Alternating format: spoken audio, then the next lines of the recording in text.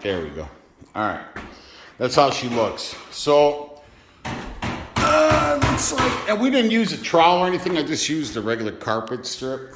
Not like she's got to be 100%, smooth. She just got to fill in that, because this plywood's not smooth, so you don't need this to be smooth. So, as long as she's not teetering, so when she sets up, we'll go ahead and put the level back on there. So initially, Dennis, the homeowner, my buddy, my brother, was going to get pre-mix buckets. Well, the pre-mix is almost $40 for a pre-mix gallon. So I don't know. They say that a gallon is about 7 to 8 pounds. So if there's a 40-pound bag, you would need at least 5 to 7 buckets, maybe. That's almost $300. A bag of the powder was about 40 some dollars. So just call it $50. So thank God he didn't do the premix, because that would have been like, to do just this right here on a premix would have been about $300 for the premix. And we still got to do this and into here. So he said we might need another bag. We'll see. I agree probably now that we will, because I didn't know at this rate was so low. So with the 3 bags of the mix, it's equivalent to about 5 to 7 gallon pre-mixed once you add the water in there.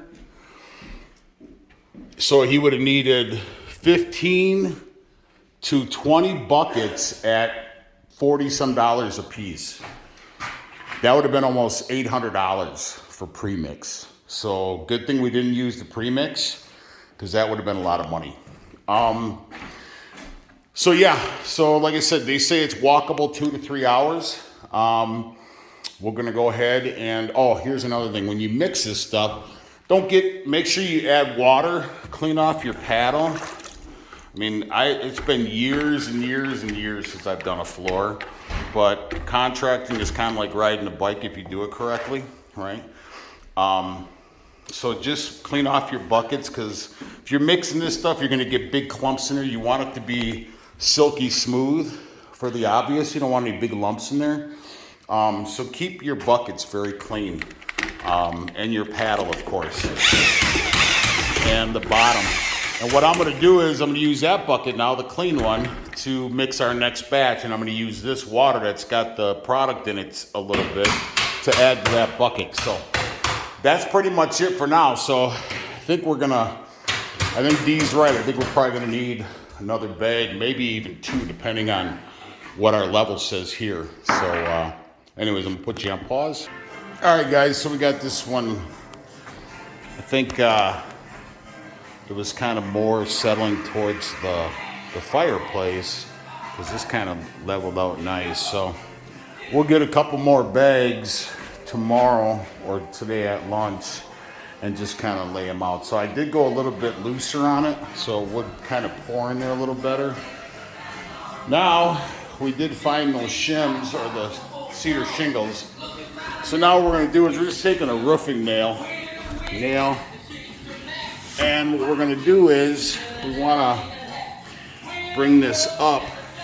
So we're going to end up, because it's a little bit higher now, so what we're going to do is we're going to go on the miter saw, just cut off this so that we get less of a lip here. So we're going to end up pushing them up. So we're going to end up cutting off the thicker part to about here, so that this right here, so when we lay it back down, it's not as high, because we want the flooring to be even with the ceramic tile. Like I showed yesterday, right now she's too low. Even though we're putting a transition in here, that's just too much. So we need to shim it more. So, and if you're wondering what these are, they're undercourse cedar shingle. You should be able to get them. Home Depot, I used to get them at Home Depot. They say they don't sell them anymore. So I was able to get them at Menards, if you guys have Menards in your area. But so now we're gonna go ahead and just cut those and get our, so my hands are all wet from cleaning the buckets. And then we're gonna go ahead and lay a course all the way across, and we're gonna start laying it. So only thing that sucks is when you're pulling up the old transition, they liquid nailed the shit out of it to that tile. We could not get it off and it broke the damn tile. So we're gonna have to go a little thicker on the transition right there, which isn't a big deal. But yeah, so anyways, this is part 2 of probably 4 or 6 videos on how to do floor leveler. Once this, it says, like I said, it says you can walk on it 2 to 3 hours.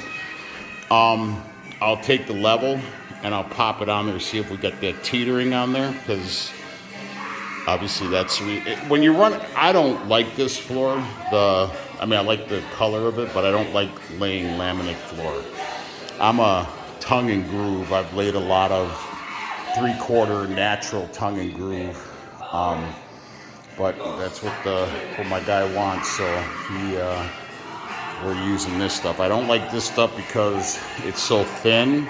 It chips real easy when you're installing it, but it is scratch resistant. It is the better of the products that he's gotten. I mean, it was not cheap. So, but it does. It is kind of more of a pain to install this type. So, but anyway, so this is part 2 of, like I said, 4 or 6 videos, and we'll keep you posted. Please like and subscribe to the channel. Ciao.